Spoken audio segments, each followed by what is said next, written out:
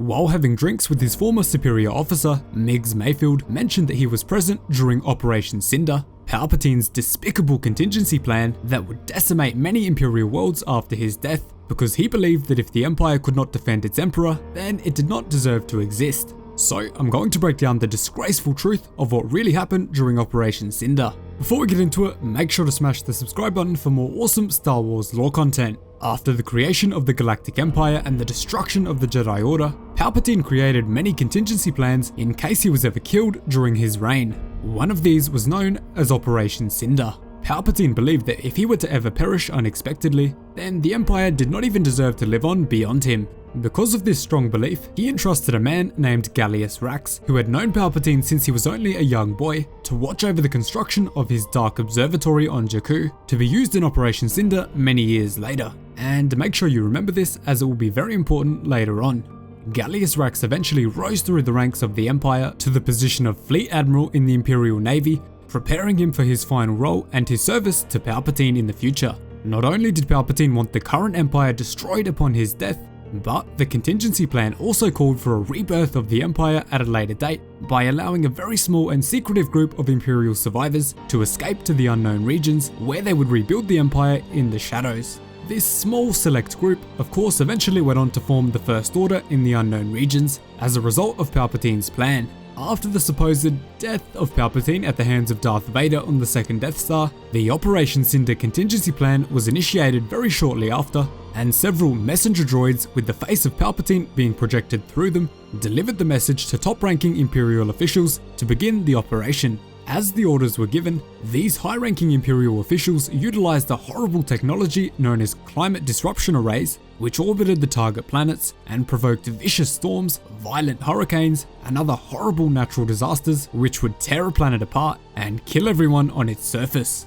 The list of planets known to have been targeted by Operation Cinder on that one disgraceful day were the following: Vardos, known for its massive manufacturing hub and shipyards; Pilio, known for its massive coral reefs and a huge amount of aquatic species; Vardos, the homeworld of Iden and Garrick Versio, and also the location of the Empire's future military leaders' prep school; Abednedo, known for spreading their citizens around the galaxy to a large variety of planets; Kandavant, an Imperial world that remained loyal to the Empire throughout the Galactic Civil War; Comenor, homeworld of Rebel General Jan Dodonna; Necronus, known for its raging silt storms; Naboo, of course the homeworld of Palpatine and Padme; and finally Burn Con, a massive chromium mining colony, as well as the location where Mayfeld lost so many of his fellow men. There certainly were more locations on the Operation Cinder list, but these are the ones we currently know of in canon. And now I'll break down the disgraceful actions that went down at some of these locations. After the Battle of Endor had ended and resulted in Imperial defeat,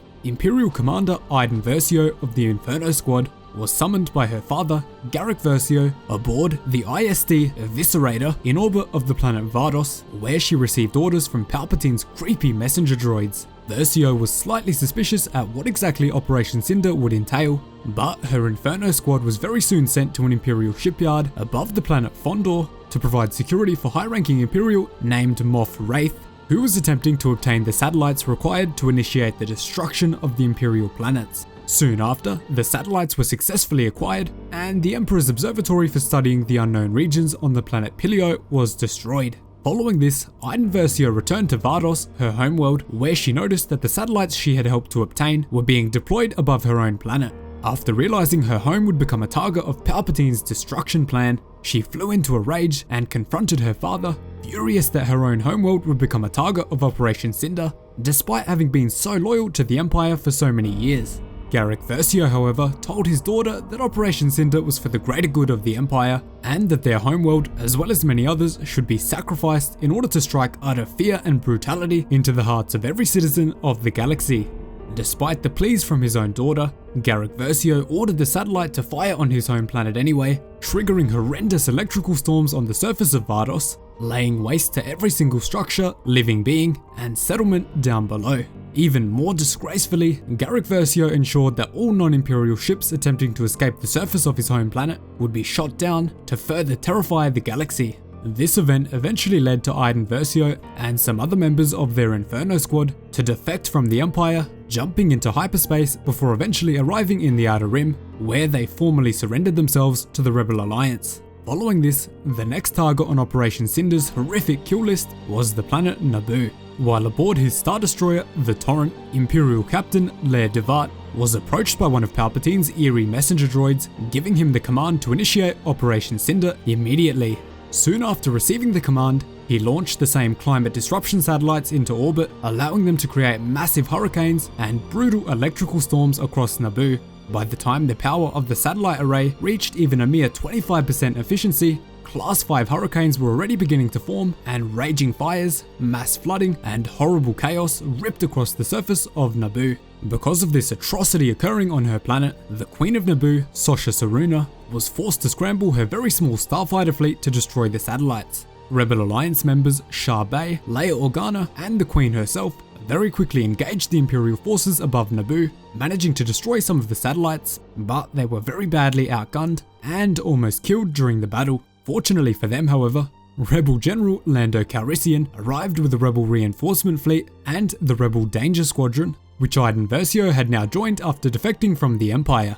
After managing to destroy many more of the satellites with these reinforcements, all Rebel forces quickly evacuated to the nearest safe haven, which was the Royal Palace in Theed. Once inside, the Rebels activated a defense system, sending a shocking ionic disruption across the entire city, disabling all starfighters and stopping any blasters from firing. This of course forced the Empire to surrender and flee from Naboo. Following this horrendous attack on Naboo, the Empire shifted its focus, continuing to carry out the Operation Cinder contingency on countless other worlds, including the ones listed above, like Necronis, Comenor, Kandavant, and of course Burn and Con, where Migs Mayfeld tragically had almost all of his fellow soldiers wiped out, leaving him as one of the only survivors of that tragic day. After this event, Migs Mayfeld defected from the Empire because of the trauma and held a huge hatred inside of him, wondering how the Empire could do this to their own men. In the aftermath of Operation Cinder, Naboo was once again attacked by the Imperial remnants in an event known as the Naboo Invasions,